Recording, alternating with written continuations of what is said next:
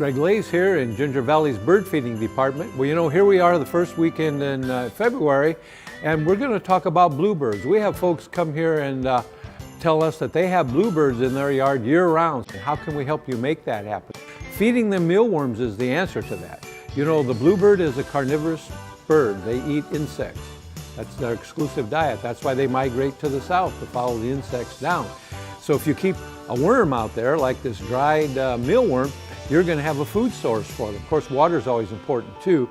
In the wintertime, you might want to think about a heated bird bath. But the main thing is the mealworm and the proper feeder. This is a mealworm feeder. See how those holes are in there? They pull those worms right through.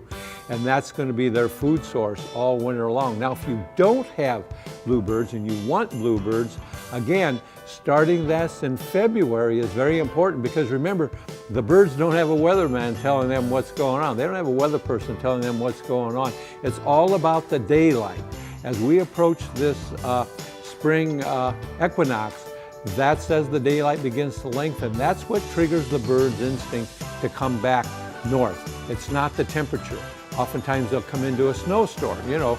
Well, they came because the daylight was lengthening. So the daylight's lengthening. Every day we can tell that for ourselves. The birds are on the move, so to speak. So if you want bluebirds, we would recommend start feeding mealworms right now, because they could be coming any day. We don't know how fast they move up here, you know, but they're on their way. Let's put it that way again. They're on their way. So mealworms, mealworm feeder, and there are a lot of other mealworm feeders out there. The key to the mealworm feeders is they got to see them.